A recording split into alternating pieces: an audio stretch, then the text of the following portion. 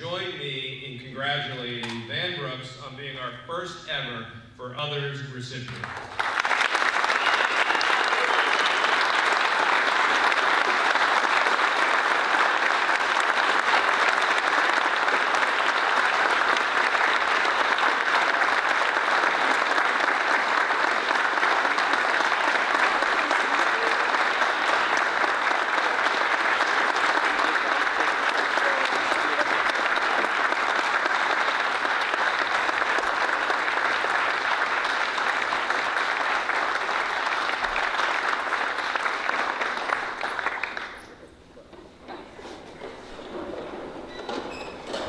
Thank you. It's truly an honor to be the recipient of this award. I would like to thank Coach Hall and Coach DeValley for your kind words.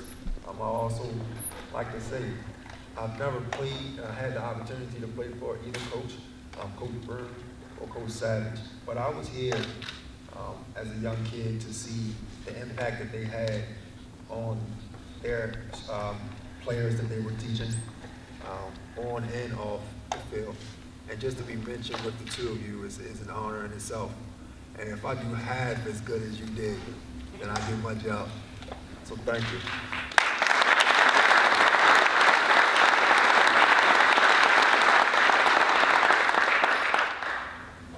Now I've been making a joke all day to my mother, saying when it was my time to speak, we would lock the doors so she couldn't run out. She would have to listen to what I have to say.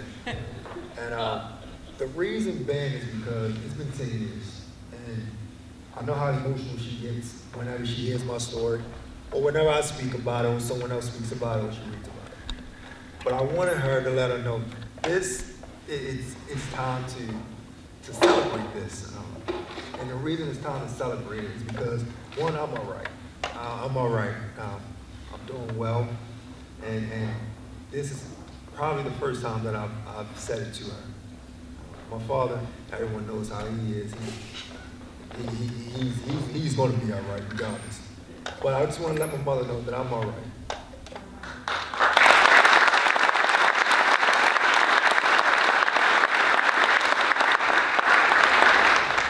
So the story that I had, I've never shared this with anyone. And it's the battle that I had with myself throughout this entire process. This will be the first time I tell it. Might be the last time I tell it. You know how it goes. So just please bear with me. And I'm starting to see people crying already, so I hope I can make it through it myself. Now before Coach Byrne asked me, how did I end up at Loyola? Why Loyola? And that's what I call this story. Why me? And as I go through it, you'll understand why me and how that affected me and how that has brought me to where I am today. So why me? Why Loyola Blakefield? Why am I going to Loyola Blakefield? It's too far away. Never heard of it. I'm sure my parents have never heard of it. It's an all-boys school. Why me? Why must I go to the school? Now, they say they know what's best for me, but they've never been to the school, so how do they really know what's best for me? What's best for me is to stay in the community where I know everyone, where my friends are, and that just let me be. That's what's best. Now, to make matters worse on top of that, we fought literally every morning for years because I didn't want to come. Every morning. Our morning consists of 5 o'clock, he comes in, snatches the covers off. 5:10, he comes in, blows the fan off. That's followed by water getting thrown on me, followed by getting drugged down the hallway to the bathroom. Literally, it's not a joke. Every morning, that's how the day started. But I was so determined not to come to Loyola and to get my way. And he was so determined that you're not going to have your way. You're going to do what I say because I know what's best for you. So, I had to deal with it, as I've had to deal with a lot of obstacles, but I had to deal with it. And I took my frustrations out on the football field. That was my way of getting back at everyone for him dragging me out to the school every morning, 6:30, sitting outside when no one else is there. Had a lot of time to think. Now, the change will eventually come, and this change will be when that frustration eventually turned into the love of football. That change also caused my grades to slip. And I remember him pulling me to the side, and when I'm saying him, referring to my father, and this is the conversation I had. Now he's nagging once again. He's saying, never put all your eggs in one basket. He's saying, what happens if you don't make it playing sports? What is he talking about? What does he know? Nothing's going to happen. I'm going to make it to the NFL. There's no what ifs. That is strictly the NFL.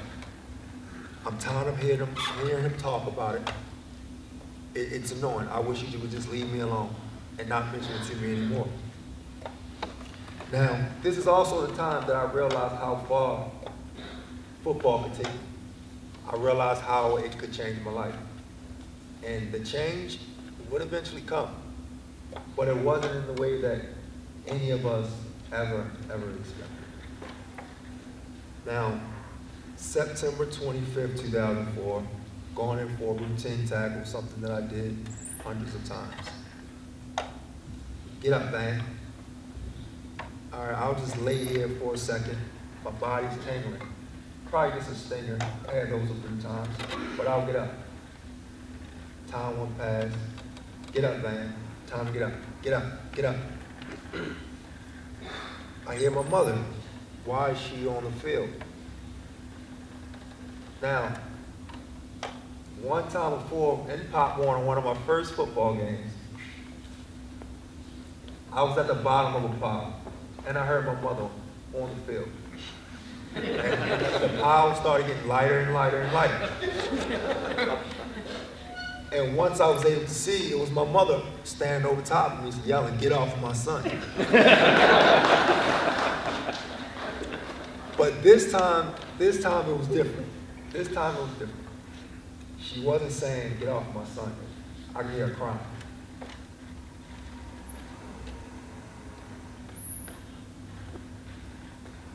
I could hear her crying.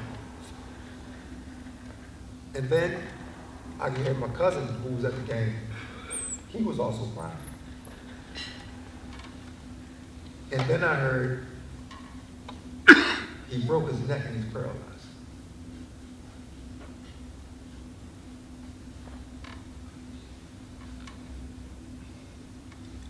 So at that time, I really couldn't comprehend exactly what was going on. He's paralyzed. What does that mean? He's paralyzed. No, it's just a stinger. I'll get up. Get up, Van. Get up. Van, can you feel this? No. Van, can you feel this? No.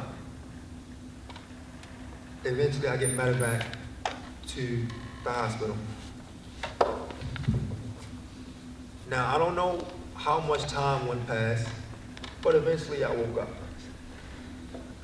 Why can't I move? Why can't I talk? Why do I have these tubes coming out of me? Move your leg, man. Say something. Say something. Now, the change will come again because my father is one of the strongest people I know. So for me to see him cry took everything out of me. Everything. I can't do this. My mother's constantly crying. I'm constantly crying. And I see my father cry. Maybe it would be easier if I would just give up. Eventually their tears will go away. And I would no longer have to deal with this. Maybe that's just best. And that's what I tried to do. First time ever saying it, but I did it. Now clearly it didn't work. Clearly it did. And it made matters worse because when I came back to, I was on a ventilator and my father was mad, as if he knew what I did. And he said to me, he says, the easy part is giving up. That's the easy part. The easy part is giving up. And this was another change, quote that still sticks with me till this day. A man is not defeated when he loses. A man is defeated when he gives up. He said, I'll do my part, God will do his part. It's up to you to do yours. Now, at that time, my relationship with God was non-existent. Everyone that know me know that I always wore a cross, always. The cross was no longer on. The conversations with God no longer existed. And this went on for years. This went on for years. But my father constantly kept giving me that motivation to continue to go on and move forward. All right, man. I have to deal with it now. There's too much riding on this. So do everything you can do to get out the hospital. So eventually I would leave shock trauma, and eventually I would end up at Karen where everything started to turn around. All right, now I'm able to eat. I'm able, feeling a lot better. Then I get a visitor. Well, man, sorry to tell you, but you might not be able to graduate on time from class. This guy has no clue who I am. If he knew, he would have never came in this hospital room and told me that I wouldn't be able to graduate my class. Did he not hear what the doctor said? Did he not hear that the doctor told me that I would never be able to move ever again? So I worked hard with the help of Loyola and the great staff, and I eventually did graduate on time. And then I went on to graduate from Towson. Now all of this is things that I was told I would never be able to do. Now we're going to flash forward to therapy. All this time, I've never stopped going to therapy. And I've questioned it myself numerous times. Why do I continue to go to therapy when nothing's going to change or nothing has changed over this time? Because I started getting a lot back, and then I peaked. And I peaked for some time. And the conversation that I had, I'm not going to therapy today. I don't want to go to therapy today. Now all of this is why I'm leaving the house, getting into the car, driving over to therapy. I'm not going to therapy. I don't feel like it, nothing's changing. They're saying that they won't let me do what I want to do. When I get over here, I'm telling them I want to walk. If they don't let me walk, I'm leaving out. I'm not going back. Somehow I ended up at therapy. Get upstairs, and I went, hey, listen, I'm walking. Today is the day, I'm walking. If you don't let me walk, you can sign my papers and leave. And I took 3 steps.